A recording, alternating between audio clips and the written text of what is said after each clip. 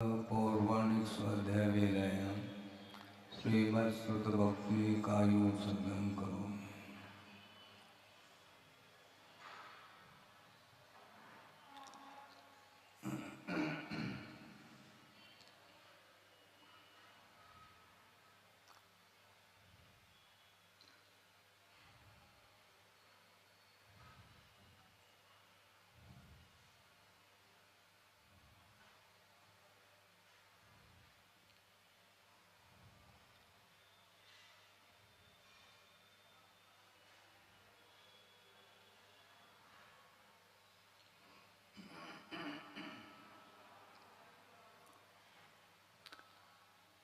ओंकारं बिंदुसंयुक्तं नित्यं ध्यायन्ति योगिनः कामदं मोक्षदं चैव ओंकाराय नमो नमः।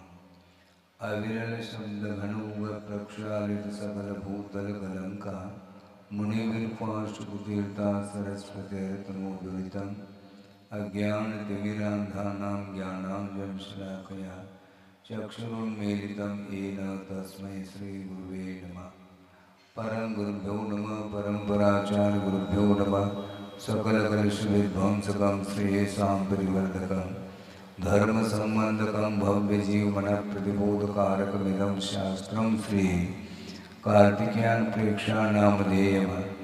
अस्य मूलग्रंथकर्तार श्री सर्वज्ञदेवाः तदुत्तरग्रंथकर्तार श्री गणधरदेवाः प्रतिगणधरदेवाः तेषां वचोनुसारमासाद्य श्रीमद् आचार्य प्रवर श्री कार्तिकेय देवैर्विरचितं मंगलम भगवान वीरो मंगलम गौतमो वने मंगलम कुंदकुंदाद्यो जैन धर्मोस्तु मंगलम सर्वमंगलमांगल्यं सर्वकल्याणकारकं प्रधानं सर्वधर्माणां जैनं जयतु कोटिशतं द्वादशैव कोटि लक्षाणि शीतेस्त्रिकाणि चैव पञ्चाशदष्टोच सहस्रसङ्ख्यमेतत्श्रुतं पञ्चपदं नमामि।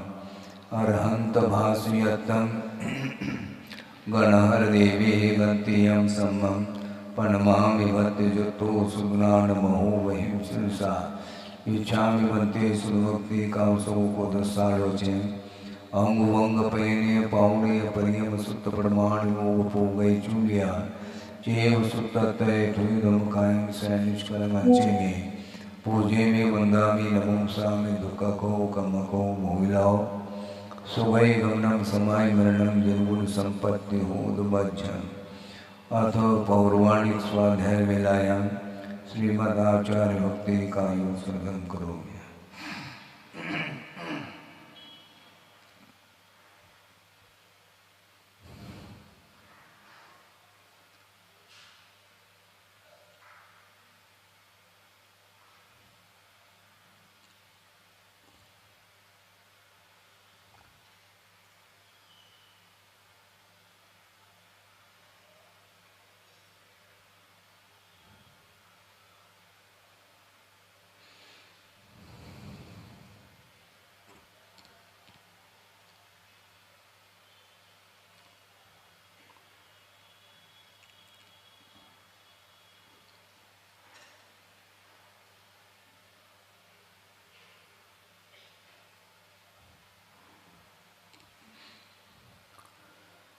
सुजलदिपारगेभ्य स्वपरमत विभावना पटुमतेभ्य सुचरिततपोनिधिभ्यो नमो गुरुभ्यो गुरुभ्य चते सुन समगे पंचम्याचार कर्ण संदर्शे शिष्यानुग्रह कुसुमे धम्मायिरे सदा वंदे गुरुभक्ति संजमेनयो तरंत संसार सायरं घोरं चिन्नन्ति अट्टकम्मं जन्मन मरणं न पावेते ये नित्यं कृतमन्त्रोम निरता ध्यानाग्निहोत्राकुला षट्कर्मा विरता तपोधनगना साधु क्रिया साधवा शीलप्रावरणाग्नप्रहरणा चन्द्रार्गतेजोदिकाः मोक्षद्वारकपाटपाटलपटाः प्रीणन्तु मां साधवा गुरुवः पान्तुनो नित्यं ज्ञानदर्शननायकाः चारित्राणुगम्भीरा मोक्षमार्गोपदेशकाः इच्छामि भन्ते आयुर्वन्ते कावसो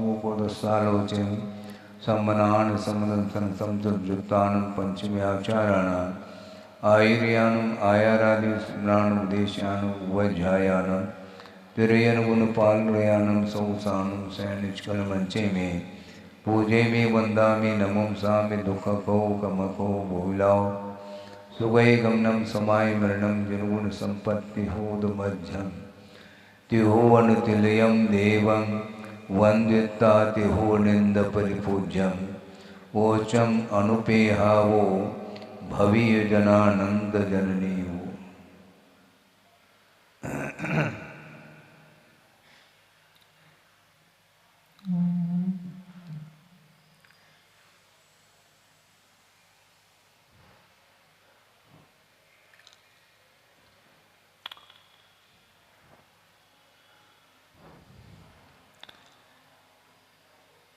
अनुप्रेक्षा का विषय चल रहा है।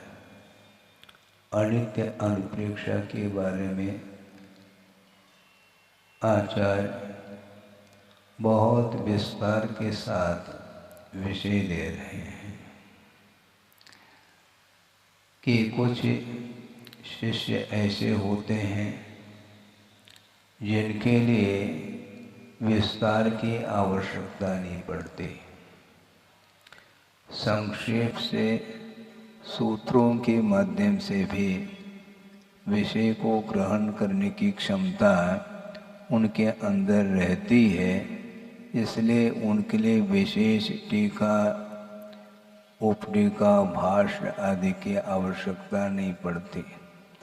किंतु कुछ ऐसे भी शिष्य होते हैं हम लोगों जैसे मंद बुद्धि वाले, उनके लिए विस्तार के साथ वर्णन करते हैं। विस्तार के साथ जब तक वर्णन नहीं करते हैं तब तक वस्तु तत्व की गहराई, उसकी जो विराटता है, उसकी जो सूक्ष्मता है, वह बुद्धि के द्वारा ग्रहित नहीं हो पाती है।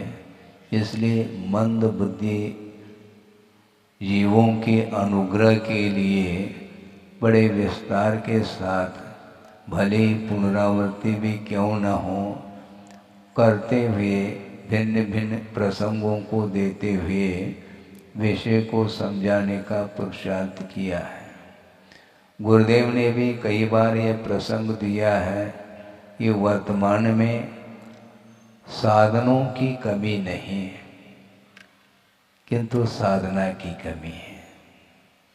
साधन बहुत है, क्योंकि जब पशु पर्याय में, तिर्यंच पर्याय में भी जब विकास हो सकता है तो मानव के लिए हो क्या रहा है। वो भी धर्म श्रवण करते हैं और अपन भी धर्म श्रवण करते हैं। एक आध बार उनके लिए कुछ बात सुनने को मिली और उसके माध्यम से सम्यक्त को भी उपलब्ध कर लेते हैं।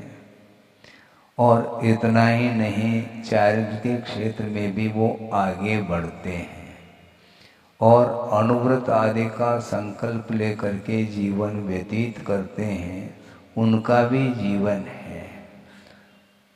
उनके बीच में बार बार तत्व चर्चा आदि के लिए कब अवसर मिलता होगा। आप लोग नोट्स भी करते हैं, और वो नोट्स करते हैं।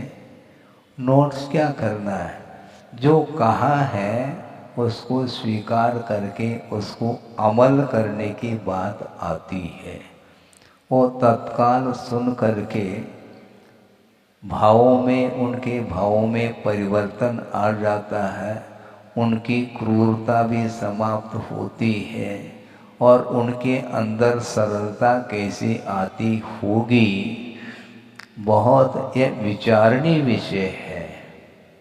कहाँ तो उनके लिए हम अज्ञानी कह रहे हैं। ये ठीक है कि अज्ञान दशा का ही वह परिणाम है, वह पशु पर्याय उन्हें मिली है, ये बात अलग है। किंतु जीव का पतन होने के उपरांत भी हमेशा पतन की ओर ही जाता है ऐसा नहीं।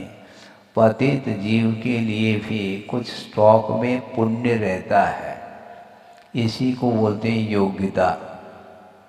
हाँ, पतन होकर के भी कुछ तो योग्यता उसके अंदर है, तभी तो उसका विकास पुनः हो रहा है। योग्यता का अभाव कहाँ पर है महाराज, फिर आप बता दो तो हम बताना चाह रहे हैं। एकेंद्रिय से लेकर के असंगी पंचेंद्र तक जीव के अंदर कोई योग्यता नहीं है। भव्य भले ही हो ये बात अलग है, किंतु उस पर्याय के साथ उसका वर्तमान उस पर्याय के साथ विकास संभव नहीं, क्योंकि उसके पास मन नहीं है। विचार विमर्श करने की क्षमता, हेयोपादेय पदार्थ को जानने की जो क्षमता है वह बिना मन के संभव नहीं है। इसलिए एक इंद्रिय से लेकर के असंगी पंचेंद्र तक जीवों के लिए हमारा उपदेश कोई सार्थक सिद्ध नहीं होता।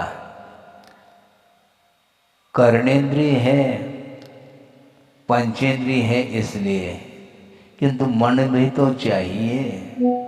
आप सुन रहे हैं, हाँ महाराज हम सुन रहे हैं, तो फिर असंगी और संगी में अंतर क्या रहा?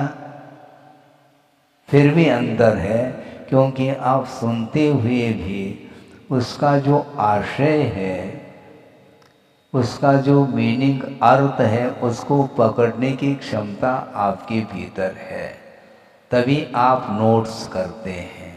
और असंगी सुन लेता है किंतु वह ध्यान में नहीं रख सकता, उसकी स्मृति नहीं बन सकती, क्योंकि स्मरण करने के लिए मन की आवश्यकता होती है। तो हम और आप संगी हैं और मनुष्य पर्याय में हैं। बहुत सारे साधन सामग्री आपके पुण्य के उदय में उपस्थित हैं, किंतु उन निमित्तों का उपयोग करने के लिए फिर पुरुषार्थ की आवश्यकता पड़ रही है। और वो भी पुरुषार्थ करता पशु पर्याय में भी। श्रवण करने के उपरांत धारण करने की बात उसके अंदर कैसे आती होगी। और जन्मजात जो क्रूरता रखने वाला वह व्याघ्र आदि भी, जिसको देख करके ही आप सामने नहीं जा पाएंगे, ऐसी दशा उसकी है।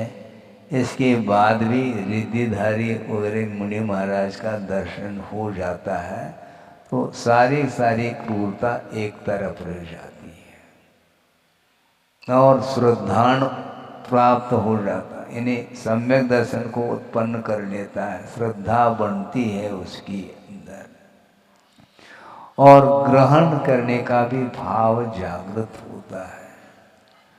इस प्रकार के निकृष्ट पर्याय में भी मन काम कर रहा है।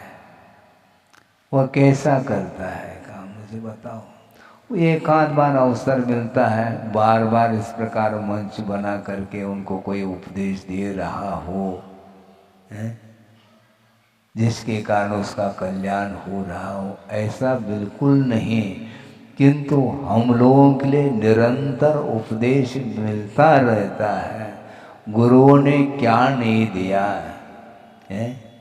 कुछ बचा है क्या शेष जो हम कह दें? हम बार बार हमारे मन में विकल्प आता है कि महाराज हमें कुछ बताओ। ठीक है, मैं बता सकता हूँ, कोई बाधा नहीं, किंतु गुरुदेव ने जो बताया है उसमें कहाँ कमी रह गई ये बता दो, ताकि उसकी पूर्ति मैं कर लूं। सब मौन हो जाएंगे, शेष क्या बचा है? उन्होंने जो भी देना था आपकी योग्यता के अनुरूप सबके लिए दे डाला। इसके बाद फिर हम क्या देंगे? देने के अपेक्षा से हम कुछ दे नहीं रहे हैं, दोहरा रहे हैं। अनुप्रेक्षा इसी को बोलते हैं। गुरुदेव का बार बार कहना रहता है कि विषय सरल होने के उपरांत भी ज्ञान काम नहीं करता है तो कठिनाई आती है। वो भिन्न भिन्न समय में कुछ ऐसे अनुभव को लेकर के कर्म का उदय आता रहता है निमित्तों के अपेक्षा। उस समय वह बुद्धि काम नहीं करती है। उस समय वह मन के माध्यम से उस वस्तु तत्व के स्वरूप तक वह नहीं पहुंच पाता है। इसलिए बार बार समझाने की आवश्यकता पड़ती है। किंतु बार बार समझाने का अवसर आते हुए भी कोई नया कुछ भी नहीं दिया जा रहा है, ये ध्यान रखें। क्योंकि गुरुदेव ने कुड़ेल दिया है, बुंदेलखंड में बोलते हैं कुड़ेल दिया, मतलब पर्याप्त दे दिया, ओवर जिसको बोलते हैं। धार छोड़ना अलग है और कुड़ेलना अलग होता है। आप शीशी से तेल निकालते हैं, यूं उंगली यूं करके, यूं एक एक एक एक ड्रॉप निकलता है उसमें से, और कुड़ेल दो तो पूरा पूरा बाहर आ जाता है।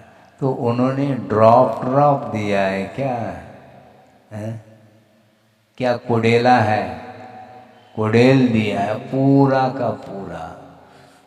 उन्होंने ये कहा कई बार, मैं अपने पास कुछ भी नहीं रखता हूँ, क्योंकि आचार्य ज्ञान सागर जी महाराज उनके गुरु रहे। उन्होंने कहा कभी अपने पास रखना नहीं। जो जिनवानी मिली है, जो आपने उसको आत्मसात किया है, उसको यथा योग्य कोई भी व्यक्ति मुमुक्षु भव्य जीव आता है उसको दे देना, बांट बांट करके ही। इसके बिना प्रभावना संभव नहीं है। और उन्होंने 1 साल नहीं, 2 साल नहीं, कई साल हुए। अब आप लोगों का ही एक तीव्रतम पुण्य का उदय, जो कि उनके सानिध्य को पा लिया और आस्था के साथ उनके वाणी को आत्मसात करने का प्रयास किया है, निरंतर श्रवण करते रहे। फलस्वरूप आप लोगों का इतना विकास हुआ है। और वो वाणी कभी उनकी ख़त्म होने वाली नहीं है। इसलिए जैसे टेप रिकॉर्ड आप चालू करते हैं, स्विच ऑन करते हैं तो बजने लग जाता है, उसी प्रकार आपका उपयोग यदि गुरु की ओर हो, निश्चित रूप से वो टेप रिकॉर्ड बजेगा। बजाने की आवश्यकता नहीं पड़ती। महाराज हमें कुछ सुनाओ, टेप रिकॉर्ड चालू करो ना, है? प्रत्येक के पास है, वो उपयोगी तो है, उसमें सारा सारा विषय समाहित हो चुका है, ज्ञान का क्षोभम हुआ है। अब अन्यत्र कहीं पढ़ने की लिखने की आवश्यकता नहीं। जो भी ग्रहण किया है वो आपके पास है। इसलिए कह रहा हूँ कि ज्ञान का आत्मा के साथ जो संबंध है वो कौन सा संबंध है हमें बता दो। वो तादात्म्य संबंध माना जाता है। गुण और गुणी का जो संबंध है वह संश्लेष संबंध नहीं, किंतु वह तादात्म्य संबंध माना जाता है। इसलिए गुरुदेव के माध्यम से आपका ज्ञान का जो विकास हुआ है, आप डायरी यदि मान लो गुम भी गई है तो भी जो माइंड में है, मन में है, वह कहीं गुम नहीं सकती, क्योंकि उसका तादात्म्य संबंध है, उसकी चोरी संभव नहीं है। इसलिए ऐसी वस्तु को आपने अपने पास रखा है, फिर बाद में क्यों बार बार विकल्प करते हैं, महाराज हमें कुछ बताओ, कुछ बताओ। बताने के लिए कुछ शेष हो तो बताया जा सकता है। इसके बाद भी मंच पर आकर के इसलिए कुछ चर्चा करने का मन होता है, क्योंकि गुरुदेव ने ये कहा है कि ज्ञान प्राप्त होने के बाद भी निरंतर चिंतन करने की आवश्यकता पड़ती है। इसलिए चिंतन की अपेक्षा से ही इस स्वाध्याय को रखा गया है। वासना, प्रश्ना, अनुप्रेक्षा, आमनाय और धर्मोपदेश ये सारे स्वाध्याय के ही एक अंग माने जाते हैं। इसलिए अनुप्रेक्षा का यहाँ पर विषय रखा है ताकि बार बार आप लोग दोहराते रहें। मतलब आपके पास जो ज्ञान है उसको दोहराने के लिए हम कह रहे हैं, इससे ज़्यादा कुछ नहीं कह रहे हैं। नहीं तो आप बिल्कुल जो है ना पात्र रख दो, उसमें हम धारा छोड़ दें, ऐसा नहीं। आपके पास जो ज्ञान है उसको परिवर्तित आप स्वयं ही चिंतन मनन करिए, ये कहा गया है। पुनर्चिंतनम इति अनुप्रेक्षा मुहुर्मुहुर् चिंतनम, बार बार चिंतन का विषय बनाना। जो आपके पास विषय उपस्थित है, बल्कि उपस्थित पूरा का पूरा जो दिया गया है गुरुदेव के द्वारा, वो सारा विषय आपके उपयोग में है, यानी क्षोभम हो चुका है। अब निरंतर उस ओर उपयोग को लगाने की आवश्यकता है, उसके माध्यम से वह विषय ताज़ा होता चला जाता है। इसलिए अनुप्रेक्षा के माध्यम से बहुत विकास होता है। जब तिर्यंच पर्याय में भी एक आध बार इस प्रकार उपदेश सुनने का अवसर आ जाता है और उसके माध्यम से वह एक एक पूर्व कोटि तक वह उसी को दोहराते रहते हैं। एक बार श्रवण कर लिया, फिर बाद में जुगाली, गाली नहीं, जुगाली, रोंथन क्रिया इसी को बोलते हैं। पशु एक साथ खा लेती और उसके बाद बार बार उसको रोंथन पुनः वापिस मुख में वह आ जाता है और चरवन करती रहती। दिन भर खा लेती है और रात में बैठ करके उसका रोंथन क्रिया उसकी चलती है। उसी प्रकार एक बार आप लोगों ने ग्रहण कर लिया, बल्कि एक बार नहीं, कितने साल हुए हैं, और निरंतर आप ग्रहण करते चले गए। अब उसको रोंथन करना है। आप करिए, कोई दूसरा थोड़ी करेगा रोंथन, क्योंकि आपने खा लिया है, उसका रोंथन क्रिया आपके द्वारा ही तो होगी। इसलिए अनुप्रेक्षा निरंतर चिंतन करने की आवश्यकता है, और निरंतर चिंतन करने से नया नया विषय आता ही चला जाता है। मात्र शर्त ये है कि पेशेंस होना चाहिए, धैर्य होना चाहिए। और धैर्य आप यदि रखते हैं तो निश्चित रूप से वह ज्ञान जो आपके पास है वो उपयोग में आता चला जाएगा। आकुलता की कोई आवश्यकता इसलिए नहीं है क्योंकि कोई कमी रखी नहीं गुरुदेव ने, है जो तुम आकुलता करते रहो।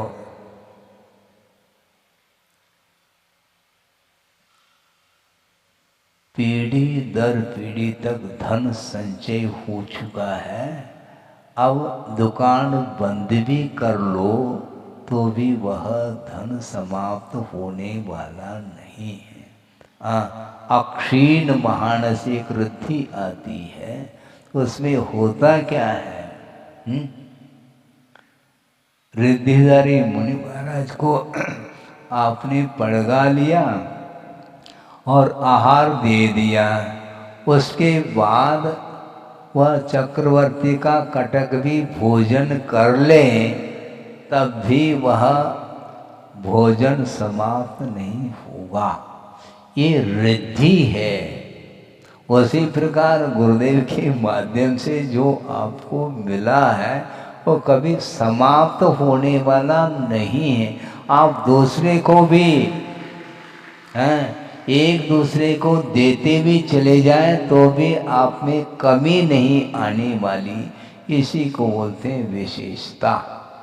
इसलिए निरंतर आप चिंतन करिएगा, उसके माध्यम से परिणामों में शांति आती है। ज्ञान के माध्यम से शांति आती है ऐसा नहीं, किंतु उपयोग उस ओर यदि आपका है तो शांति का अनुभव हम कर सकते हैं। उसमें भी आस्था जुड़ी हुई होनी चाहिए। यदि आस्था नहीं है तो फिर वह ज्ञान चिल्लाता है, सीधी सीधी बात। विपत्ति में ज्ञान चिल्लाता है और आस्था झेलती है, ऐसे कुछ हाइकू गुरुदेव ने दिया है।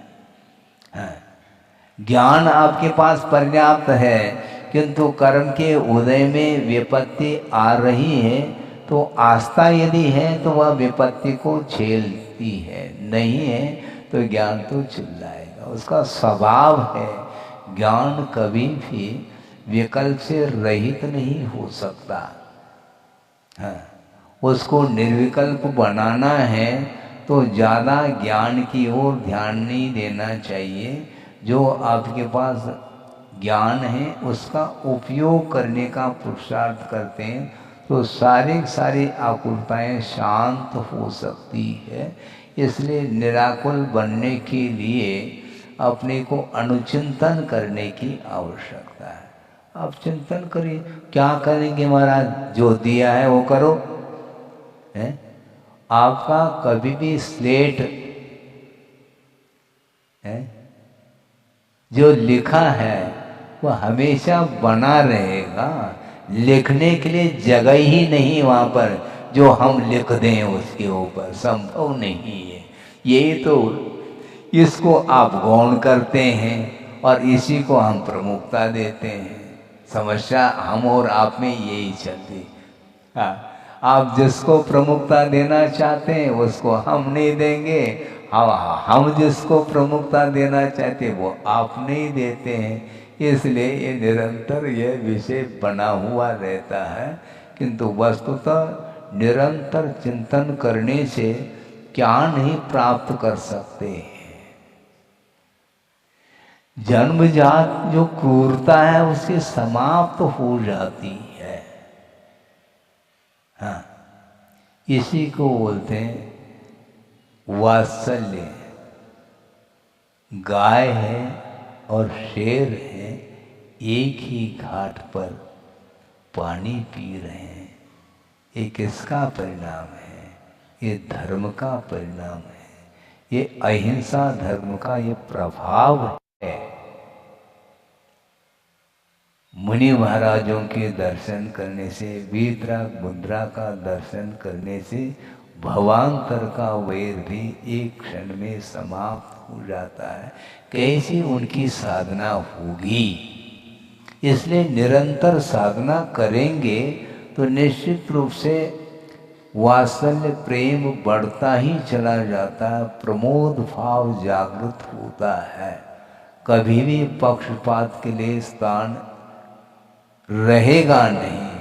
कोई भी व्यक्ति हो, आखिर जीवी तो है, उसके अंदर भी तो चैतन्य गुण है, वह जड़ थोड़ी है। उसके प्रति भी करुणा दया का भाव आता है और आना चाहिए। क्योंकि वस्तु तत्व का निरंतर हम चिंतन करते हैं तो निश्चित रूप से सारी कालुषता समाप्त होती चली जाती है, तो अपने आप ही परिणामों में निर्मलता आती है। इसलिए अनित्य के बारे में चिंतन करना चाहिए तो आकुलता समाप्त। क्या आकुल, अच्छा ये बता दो, ये आकुलता आखिर द्रव्य है क्या पर्याय है? थोड़ी चर्चा ही तो कर रहे हैं, क्योंकि स्वाध्याय तो कर रहे हैं, कौन प्रवचन कर रहे हैं। हाँ, इसमें बीच बीच में आप लोग भी भाग ले सकते हैं। भागना नहीं, यहाँ से भाग लेना। जिज्ञासा रख सकते हैं। हम अपने तरफ से कह रहे हैं आप लोगों के लिए, जो भी जिज्ञासा हो वह रख सकते हैं। वस्तुतः ये जो आकुलता बार बार उत्पन्न हो रही है, इसका अर्थ यह पर्याय है क्या द्रव्य है? पर्याय है। तो आकुलता क्यों कर रही हैं आप? वो पर्याय है, वो मिट जाएगी, निराकुल भाव आ जाएगा। वह भी एक पर्याय है, ये ध्यान रखो। निराकुल भाव भी एक परिणति है द्रव्य की, वह पर्याय है, वह भी क्षणिक ही रहेगी। आयति गच्छति परिणमति इति पर्याय कहा। जो परिणमन करता है, जो उत्पन्न होता है, गच्छति, वह बनी नहीं रहती, वह पर्याय चली जाती है, उसका नाम पर्याय है। इसलिए मान लो कर्म के उदय में कुछ आकुलता हो भी रही है, कुछ क्षण के लिए वह कर्म का उदय रहता, हमेशा थोड़ी कर्म का उदय आता है। आ गया, चला गया। अपने को दूर करने का पुरुषार्थ भी नहीं करना चाहिए, क्योंकि अपने आप वह दूर हो रही, क्योंकि वह पर्याय है। किसी ने कहा, महाराज आप जहां बैठे वहां पर धूप आ गई है। हमने कहा चली भी जाएगी, वो मुझे भेजने की आवश्यकता है, क्योंकि अपने आप धूप आई है, वो चली जाएगी, किंतु आपको तो भेजना पड़ता है। चलो मैं स्वाध्याय कर रहा हूँ, फिर भी नहीं जाते, और वह धूप अपने आप चली जाती है। तो जो ये पर्याय जो है ना, वह टिकती नहीं, उसमें स्थायित्व, इसी का नाम अनित्य है। द्रव्य तो हमेशा बना रहेगा, पदार्थ का विनाश नहीं होता, किंतु उसकी पर्याय अपने आप मिटती रहती, उत्पन्न होती रहती। किसमें से? उसी द्रव्य में से, उसी गुण में से। गुणात्मक भी पर्याय होती है और द्रव्यात्मक भी पर्याय होती है। हाँ, जीव द्रव्य की पर्याय, और वो भी नर नारकादिक पर्याय। ये जीव द्रव्य की वैभाविक पर्याय मानी जाती है, स्वाभाविक नहीं। मनुष्य, देव, नारकी और तिर्यंच, ये जो जीव की पर्याय है, ये द्रव्य की पर्याय है, और वह वैभाविक पर्याय इसलिए क्योंकि कर्मायत है। इसी प्रकार गुणात्मक भी पर्याय है। गुण क्या? ज्ञान गुण है, वो हमेशा बना रहेगा। जिस प्रकार द्रव्य का विनाश नहीं है, उसी प्रकार गुण का भी कभी विनाश नहीं हो सकता। कौन सा गुण है? प्रसंग में ज्ञान गुण ले लो, ये गुण का विनाश नहीं होगा। तुम्हारे महाराज फिर ये ज्ञान कम हो रहा है और बढ़ रहा है, ये क्या है? ये पर्याय है। ओरिजिनल तो ज्ञान गुण है, उसकी पर्याय मति ज्ञान है, श्रुत ज्ञान है, अवधि ज्ञान है, मनपरि ज्ञान है, केवल ज्ञान है। ये ज्ञान को उनकी पर्याय मानी जाती हैं, और पर्याय हमेशा टिकती नहीं। ज्ञान अपने गुण हमेशा बना रहता है, इसलिए आकुलता की आवश्यकता है, क्योंकि गुण का विनाश थोड़ी होगा। यदि गुण का, ज्ञान गुण का विनाश हो जाएगा तो जीव जड़ हो जाएगा, ऐसा तो होना ही नहीं। फिर विकल्प क्यों? बोलिए, कुछ बोलना हो। हाँ, ठीक है। तो वो परिणाम क्या? द्रव्य है क्या पर्याय है? वो पर्याय है, वो चली जाएगी, क्योंकि वह कर्माधीन परिणति है। असाता के उदय में आकुलता उत्पन्न हो रही, दुख की आकुलता, किंतु निरंतर यदि मानो असाता का उदय भी हो, तो वह अंतर्मूर्त से ज्यादा थोड़ी है। वो अंतर्मूर्त के उपरांत पुनः साता का उदय आता है, इसलिए पूछते हैं कि साता है? साता 6, ऐसा पूछ लेते हैं। हाँ, 6 आता, 6 7 नहीं है, साता है क्या, ये गुजराती भाषा है। साता है यानी ठीक चल रहा है, स्वास्थ्य अच्छा है, ये भाव है इसका। तो साता और असाता का जो उदय का जो क्रम है वह अंतर अंतर मूर्तवती व पर्याय उत्पन्न होगी और मिटेगी। ये धूप के सम, कभी धूप कभी छाव। सूर्य उदित हुआ है, सुनिए अब, सूर्य उदित हुआ है किंतु निरंतर उसमें गति है और अस्त होगा। आपके द्वारा अस्त हो रहा है कि अपने आप? इससे स्पष्ट है कि धूप अपने आप चली जा रही है और अपने आप आ रही है। इसीलिए आपको भुलाने की क्या आवश्यकता है? 8:30 बजे आ जाते हैं आप है?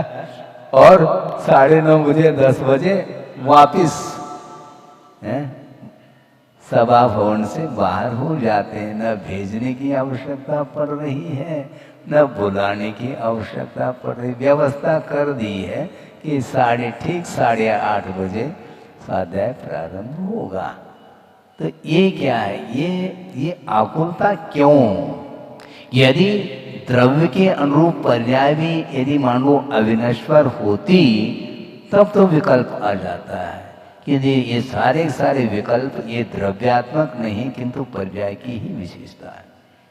विकल्प तरंग की भांति उत्पन्न होती हैं और विनाश को प्राप्त होती है। इसलिए वस्तुतः संसार के लिए हेतुभूत जो विकल्प हैं उनका विसर्जन करना चाहिए और बाकी जो कुछ भी विकल्प हैं उनसे हमें कोई भी टेंशन नहीं बढ़ने वाला, क्योंकि वह धार्मिक विकल्प है।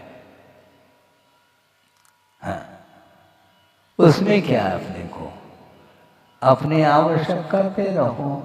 समय मिला है और जिस आवश्यक के लिए जितना समय निर्धारित किया है आराम के साथ एक आवश्यक पूर्ण करते रहो बस।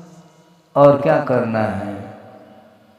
कुछ भी नहीं कर। ये सब विकल्प, गुरुदेव ने ये कहा था कि मात्र दुख की ही आकुलता नहीं होती, सुख की भी आकुलता होती है। क्योंकि साता के उदय में ही सुख का संवेदन होता है और असाता के उदय में दुख का संवेदन होता है। ये दोनों आकुलता के जड़ हैं। केवल दुख ही नहीं, सुख की भी आकुलता। आपको बात समझ नहीं आ रही? सुख की भी आकुलता, क्योंकि सुख को पचाना बहुत कठिन है, ध्यान रखो। दुख को जिस प्रकार दूसरे के सामने आप रख रहे हैं अपनी पीड़ा अपनी वेदना को और अपने आप को हल्का करना चाह रहे हैं। महाराज आपको क्या, आपके सामने सुनाने से हम हल्का हो जाते हैं तो सुनाओ भैया, क्योंकि ये आकुलता है। इसी प्रकार सुख की भी आकुलता है, उसको पचाना बहुत कठिन है। समझ में बात आ रही क्या नहीं? क्या आ रही है? ये है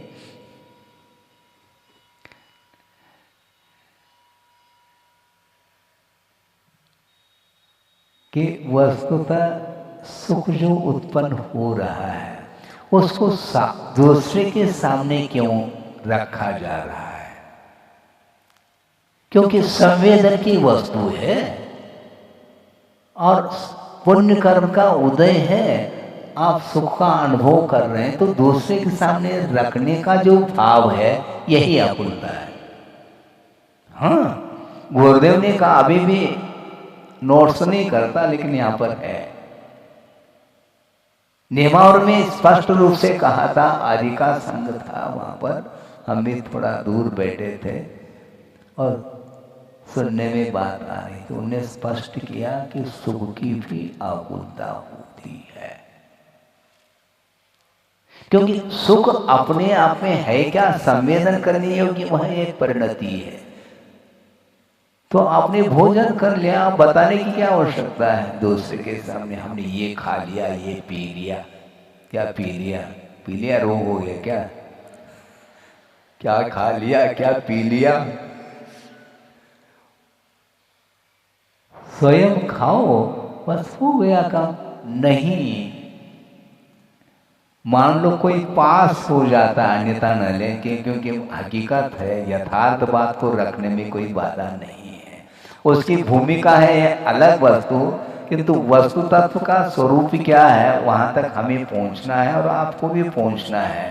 मान लो कोई छात्र है, वह मेरिट में आया है, ठीक है, मेरिट में आया, बस हो गया, उसको ज्ञात हो गया। अब दूसरे के सामने उस विषय को रखने का जो भाव है, यह सुख की आकुलता है। हाँ, इसको आप नकार नहीं पाओगे।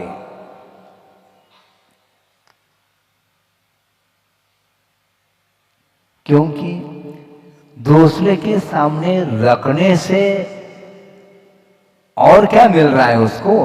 क्या अंक और बढ़ रहे हैं क्या? 100% अंक मिल गए और वह मेरिट में आ चुका है, बात खत्म है। अब दूसरे के सामने रखने का इसमें क्या रोल, इसमें क्या है, मुझे बताओ। सुख है, सुख का अनुभव कर लो ना, इसमें क्या है, उत्तर देना है।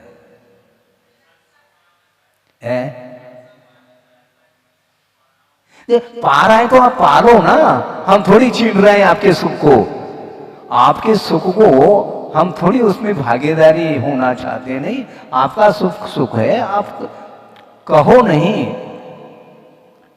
अनुभव करो, क्योंकि संवेदी वह विषय है।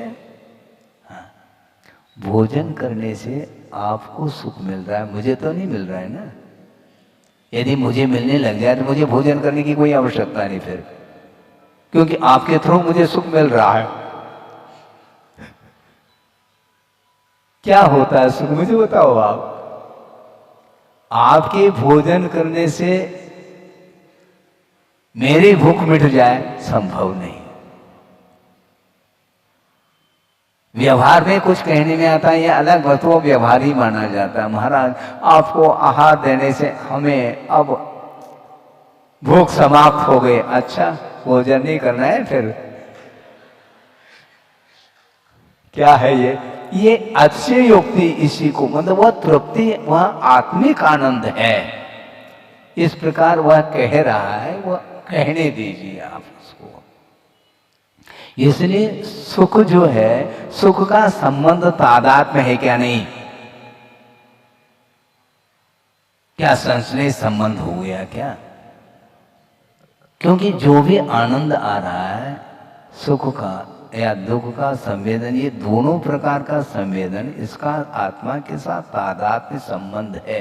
महाराज, हमें ज्ञान भर दो, ये केवल भक्ति भर है, ये ध्यान रखो, भरा नहीं जाता है।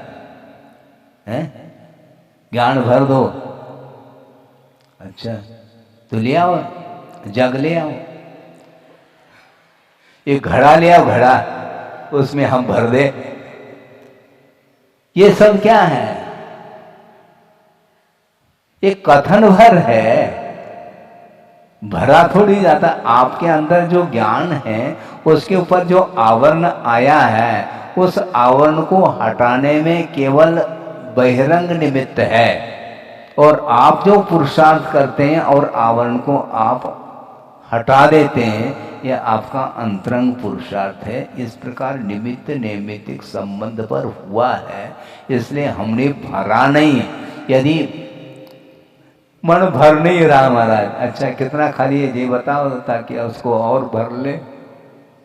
मन भर नहीं रहा है, कब भरेगा वो? फिर वो एक भाषा है, कथन पद्धति है, वस्तुतः ऐसा है ही नहीं।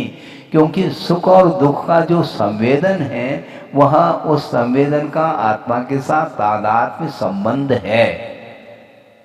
जो आप आनंद ले रहे हैं, वह आप ही उस आनंद को लूट रहे हैं, दूसरा लूट नहीं सकता। ये सिद्धांत है। एक द्रव्य दूसरे द्रव्य के भीतर नहीं जा सकता, नो एंट्री। सबका पृथक पृथक अस्तित्व है। अनंत सिद्ध परमेष्टि हुए हैं अतीत में, उनका पृथक पृथक अस्तित्व है क्या? एक में हो गए। क्षेत्र के अपेक्षा से एक ही स्थान पर वह विराजमान है, ये अलग वस्तु, किंतु एक दूसरे में समाविष्ट होने का अर्थ वह क्षेत्र की विशेषता है, क्योंकि उनमें परस्पर में कोई भी व्याघात नहीं हो सकता है। इसलिए अनंत सिद्ध परमेष्ठि ढाई द्वीप के बराबर जो शुद्धालय है उतने में ही सारे सारे विराजमान हैं, किंतु अनंत सुख का जो संवेदन हो रहा है उनका पृथक अस्तित्व एक दूसरे में मिल नहीं सकता है। ज्ञान का विषय बनना अलग वस्तु, किंतु शुद्ध परमेष्ठि को जो अनंत सुख का अनुभव हो रहा है वह उनका स्वयं का संवेदन है, दूसरे का संवेदन उसमें नहीं आ सकता। उसी प्रकार आपके पास ज्ञान है, मैं ज्ञानानंद स्वभावी हूँ, तो आप स्वभाव है आपका ज्ञानानंद, तो आपका आनंद मेरे अंदर आ जाए, मेरा आनंद आपके अंदर आ जाए, ऐसा कैसा संभव है?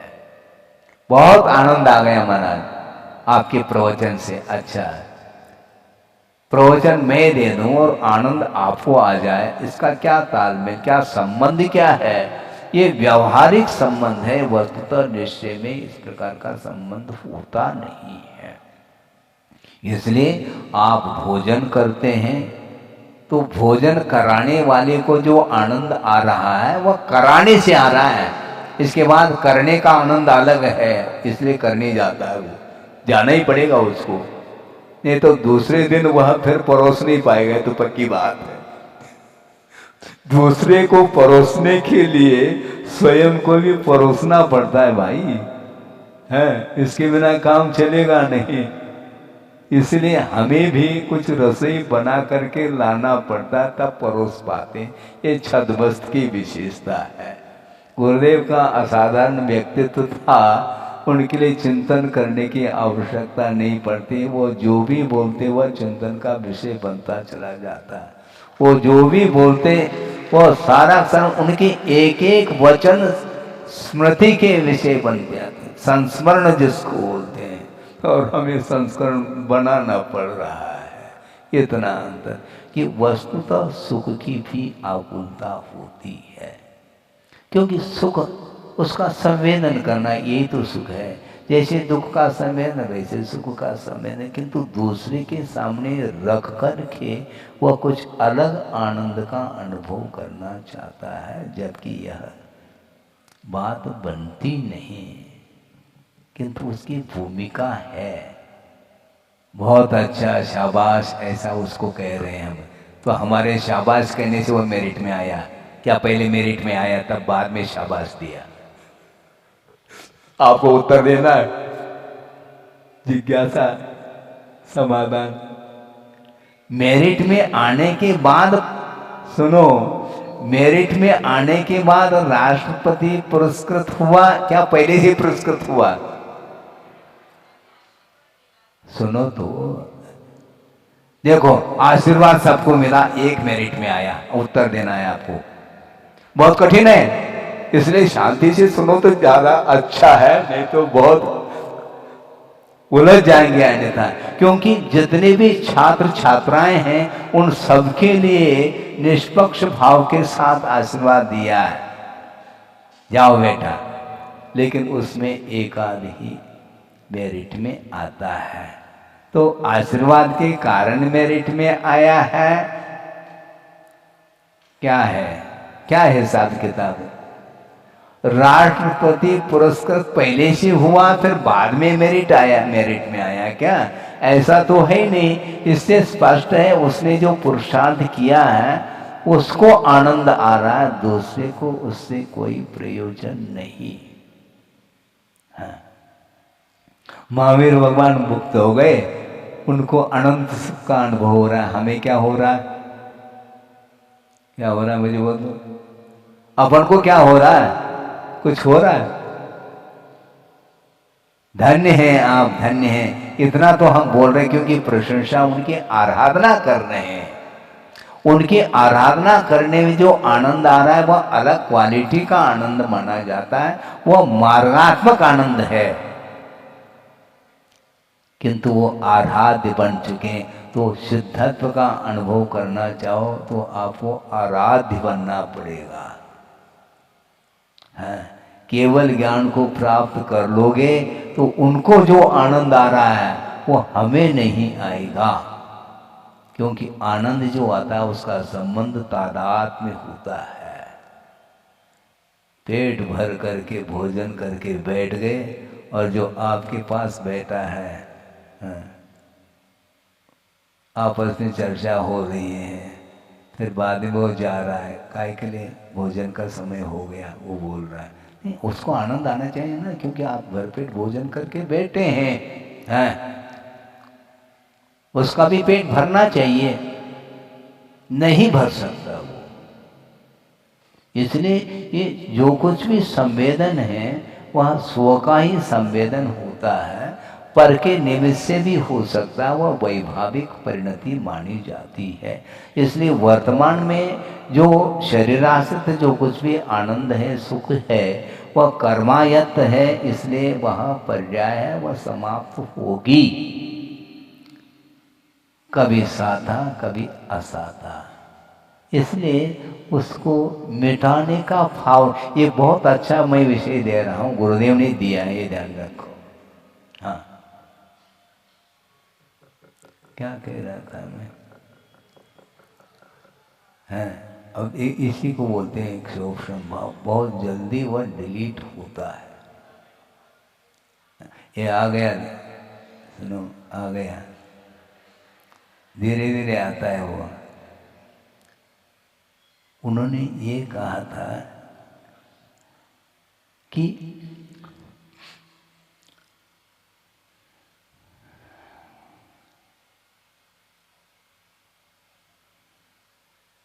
नमोकार मंत्र के माध्यम से निर्जरा होती है। पक्की धारणा है कि नहीं? ठीक है, लेकिन ये ध्यान रखो, मेरा रोग ठीक हो इस उद्देश्य को लेकर के यदि नमोकार मंत्र का जाप कर रहा है तो निर्जरा नहीं होगी।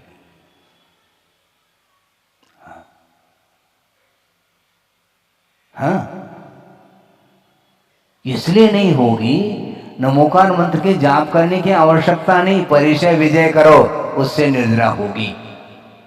क्योंकि नमोकार मंत्र का सहारा इसलिए ले रहा है कि जल्दी से जल्दी मेरा रोग ठीक हो जाए। सुनो, जन्म जरा मृत्यु रोग विनाशनाय जलम कहना अलग वस्तु है, उसको जन्म जरा रोग और मृत्यु इससे ऊपर उठना है। लेकिन वस्तुतः जो ये जो रोग है, इसका प्रतिकार तुम करोगे तो संवर में कमी आएगी। आगम से सोचना है, हम सहन नहीं कर पा रहे हैं अलग विषय है, किंतु श्रद्धान का क्या विषय बनाएंगे आप? परिचय विजय करने से संवर होगा क्या परिचय से दूर रहने से संवर होगा? मुझे बताओ आप। हैं? परिचय विजय करना, तो फिर नमोकार मंत्र क्यों जाप कर रहे हैं आप? कर्म निर्जरा के उद्देश्य यदि मान लो पंच परमेष्टि की आराधना करते हैं तो उसके माध्यम से विशिष्ट पुण्य का संचय होगा और पाप कर्म की निर्जरा होगी। किंतु ये रोग मेरा दूर हो जाए तो ऐसे नमो अनंता नहीं, संभव नहीं है। हाँ, मतलब नमोकार मंत्र की आराधना करने के पीछे भी उद्देश्य लगा हुआ है। हाँ, और उस उद्देश्य के ऊपर ही निर्जरा, संवर, आश्रव सब निर्धारित है। नमोकार मंत्र का अथवा शांतिनाथ भगवान का जाप कर रहा था क्या नहीं वो रावण, है ना? अब आ गया, देखो अब क्या कर लोगे? अभी तक तो मन में बहुत उथल पुथल चल रहा था और सीधा उदाहरण सामने आ गया। और शांतिनाथ भगवान का वह जाप कर रहा है इसके उपरांत भी वह एक भी प्रकृति का संवर नहीं कर सकता। क्यों? उद्देश्य भिन्न है। क्या प्राप्त करना? सीता को प्राप्त करना। किसका प्रतिकार करना? राम व्यवधायक सिद्ध हो रहा है उसको परास्त करना। ये जो कुछ भी भाव है, इस उद्देश्य को लेकर के वह शांतिनाथ भगवान की आराधना कर रहा है, वह आराधना समीचीन नहीं मानी जाती। इसलिए नमोकार मंत्र का आप जाप कर रहे हैं, इसका आपका उद्देश्य बिल्कुल ठीक ही है ऐसा थोड़ी कहा जा सकता। आप किस लक्ष्य को लेकर के आप आराधना करने, ये मुख्य है। इसीलिए वस्तुतः परिचय विजय करता है और अनुप्रेक्षा के साथ ही परिचय विजय होता है। मतलब परिचय विजय करते समय अनुप्रेक्षा सार्थक सिद्ध होती है, यूं कह दो आप। और परिचय विजय भी चारित्र के साथ उसका संबंध जुड़ा हुआ है। मान लो 10 दिन का भूखा है कौन? एक भिखारी, ठीक है, तो उसका अनशन तप हो रहा है ऐसा मान लिया जाए। आप प्रतिदिन भोजन कर रहे हैं और वह 10 दिन का वह भोजन है नहीं, तो उसने तप नहीं किया। नहीं मिल रहा है इसलिए सहन करना पड़ रहा है, इसलिए वह परिचय विजयी नहीं कहलाया। नहीं तो क्षुधा परिचय विजय को प्राप्त कर लिया उसने, क्योंकि आप प्रतिदिन भोजन कर रहे हैं और क्षुधा परिचय के ऊपर विजय आपका हुआ नहीं, और उसका 10 दिन का भूखा है और विजय प्राप्त कर ली उसने। मामला क्या है? क्या संबंध बिठाएंगे आप? इसीलिए वस्तु आपके जो भाव है उसके ऊपर ही सारा सारा निर्भर है। इसीलिए जो कुछ भी सुख और दुख का संवेदन है वह स्वयं का ही संवेदन माना जाता है, दूसरे के द्वारा कुछ नहीं होता। व्यवहार की भूमिका में कुछ कथन करने में आता है वह अलग विषय है। हाँ, ये अलग विषय है। आपको देने में आनंद आ गया, ठीक है, वह देने स्वरूप आनंद है, वह आत्मिक आनंद है। किंतु शारीरिक जो सुख है, क्षुधा जो मिटेगी वह मात्र देने से नहीं मिटेगी, लेने से मिटेगी। पक्की बात है, इसको आप नकार नहीं पाओगे। प्रयास तो आप जारी है, आपका प्रयास निरंतर कर रहे हैं कि किसी प्रकार से इसमें बदलाव आ जाए। संभव नहीं, क्योंकि वह सिद्धांत है। देने में जो आनंद आ रहा है वह दान आत्मिक आनंद है, वह देने में है। किंतु शारीरिक जो भूख है उसको मिटाना चाहो तो वह देने में नहीं मिटेगी, लेने में मिटेगी। हाँ, यदि देने में मिटेगी ऐसी धारणा मान लें तो हम अनुमोदन के माध्यम से हम भी दे रहे हैं तो हमारी भूख मिट जानी चाहिए। चलिए, समझ में आ रहा है कि नहीं? आप दान कर रहे हैं, प्रदान कर लिया, हम कर नहीं सकते, हम अनुमोदन कर रहे हैं, तो अनुमोदन के माध्यम से हमें भी आत्मिक सुख आनंद मिल रहा है। लेकिन फिर इसकी क्या आवश्यकता है? फिर भूख मिटनी चाहिए ना। जो आनंद तुमने प्राप्त कर लिया, अब आहार के लिए क्यों उठ रहे हो? शारीरिक सुख को मिटाने के लिए पर वस्तु का आलम्बन लेना ही पड़ता है। इसलिए ये सुख और दुख ये सारे सारे कर्माधीन हैं, ऐसा कहा। और ये परिणति, ये पर्याय है, स्थायी नहीं। क्योंकि आज भोजन कर लिया, आज भूख मिट गई, पुनः 24 घंटे के भीतर फिर चालू। क्यों? पर्याय थी, भूख मिट गई, पुनः भूख लगाई। क्यों? पर्याय थी, तात्कालिक मिट गई थी, पुनः लग आई। पुनः मिटाओ, क्योंकि ये उत्पन्न होना और मिटना, ये उत्पाद और व्यय, इसी का नाम पर्याय है। ये प्रतिपल ये होगा, इसलिए आकुलता वस्तुतः ये पर्याय है। इसलिए निराकुल भाव लाना ही द्रव्य की ओर दृष्टि रखना है, क्योंकि द्रव्य जब अविनश्वर है तो किस बात का दुख है हमें।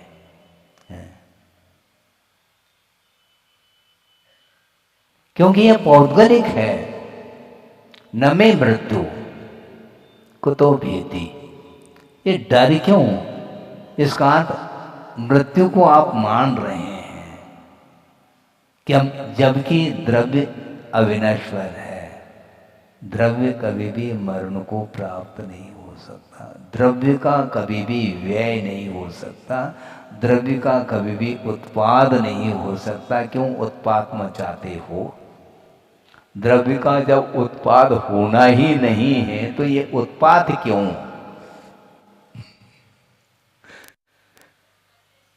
है? हाँ, नहीं करता वो, क्योंकि वस्तु तत्व को वह समझता है। बिल्कुल वस्तु तत्व। इसलिए आचार्यों ने ये कहा कि मुझे मुक्ति मिले, मोक्ष की इच्छा करने से मुक्ति मिलेगी नहीं, ये आलम है। फिर आकुलता क्यों कर रहे हो? जो वो करो ना, निराकुल होकर के करना है। ये आकुलता बीच में क्यों आ रही है? क्योंकि वह बिफोर करना चाहे, ये गलत है। ये आकुलता समय पर कार्य करने से, जो बीज बोना ये आपका कर्तव्य है, कर लिया, पानी दे दिया, खाद दे दिया, बस। अब कितने भी तुम आकुलता करो, वह अंकुरित होने के लिए लगभग 7-8 दिन मान के चलते हैं। बिफोर आकुलता रखो, एक दिन में नहीं, अभी बो करके आए, घंटे भर बाद अंकुरित होना चाहिए, नहीं हो वह बीज अंकुरित जब नहीं हो सकता तो आकुलता क्यों कर रहे? मुझे बताओ ना। बिफोर करना चाहता है संसारी प्राणी, इसलिए आकुलता है, इसीलिए आकुलता है उसको। ये जितने भी फ्लाइट से जा रहे हैं उनको बहुत आकुलता है, और जो पैदल गमन करते हैं उनको कोई आकुलता नहीं। समय पर पहुंच जाएंगे हम। अब देखो ताली बज गई। ये सब आकुलता है, क्योंकि जो फ्लाइट से जा रहा है वह ये सोच रहा है कि मैं 1 घंटे में वापस आ जाऊंगा, और व्यापार, और उस 1 घंटे में जो फ्लाइट से जाने में मान लो थोड़ा पैसा ज्यादा लग गया, कोई बाधा नहीं, उसका सब निकाल लेंगे हम। क्योंकि अब ये ट्रेन से जाएंगे तो 24 घंटा लगेगा अथवा 2 दिन लगेगा, तो क्या मतलब? अभी नाश्ता कर लो, भोजन के लिए वापस। नाश्ता करके फ्लाइट से उड़ गया और भोजन बहुत हो गया, 2 घंटा, 1-1.5 घंटे में हजारों किलोमीटर की यात्रा तय कर लेता है। ये सब आकुलता है। क्यों? धन की आकुलता। ये आकुलता वह बिफोर करना चाह रहा है। जब 3 घंटा रख दिया है पेपर लिखने के लिए, फिर आकुलता क्यों? आराम से लिखो। इतना भी आराम नहीं करना कि 3 घंटे निकल जाए। ना द्रुत ना विलंबित। द्रुत विलंबित एक छंद है, पहले द्रुत फिर बाद में विलंब। ऐसा नहीं। फिर अभी समझ में नहीं आ रहा, बाद में देख लेंगे, समय भी हो रहा है, तो इसलिए आकुलता हो रही है।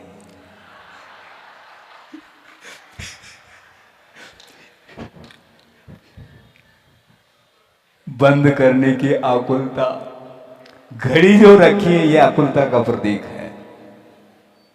बक्की बात। इतने समय वो टाइम से बंध गए हैं, ज़्यादा हो जाए तो है ही। इसलिए समय पर आवश्यक पूर्ण कर लें, बिफोर नहीं होता। ये बिफोर ये आकुलता की जड़ है, इसी का नाम आकुलता। अब तो कम से कम आकुलता के क्षेत्र में कोई प्रश्न नहीं उठना चाहिए, कोई जिज्ञासा नहीं उठनी चाहिए, क्योंकि समय पर जो कार्य होता है वह निराकुल भाव के साथ होता है। और बिफोर, पहले, समय के पहले जो करने का भाव रहता उसमें आकुलता बनी रहती है। इसलिए सारे जो पर्याय हैं ये निराकुल भाव रखना चाहिए। आकुलता हमेशा पर्याय को लेकर के होती है, इसलिए पर्याय को लेकर के हर्ष विषाद आदि परिणाम कर लेता है और उसके माध्यम से जो वस्तु का स्वरूप है वह साइड में रह जाता है। इसलिए वस्तु के स्वरूप के बारे में निरंतर चिंतन करने से अनित्यता का बोध हमें हो जाता है, क्योंकि पर्याय हमेशा मिटती रहती है, उसका वह स्वभाव है। इसलिए पर्याय को पकड़ने का जो भाव है वह अज्ञान का परिणाम माना जाता है। ये इसका सार है। बोधि समाधि परिणाम शुद्धि स्वात्मोपलब्धि शिव शोक सिद्धि चिंतामणिम चिंतित वस्तुदाने वंदमानस्य ममास्तुते। परम पूजा आचार्य गुरुवर श्री विद्यासागर जी महाराज की जय।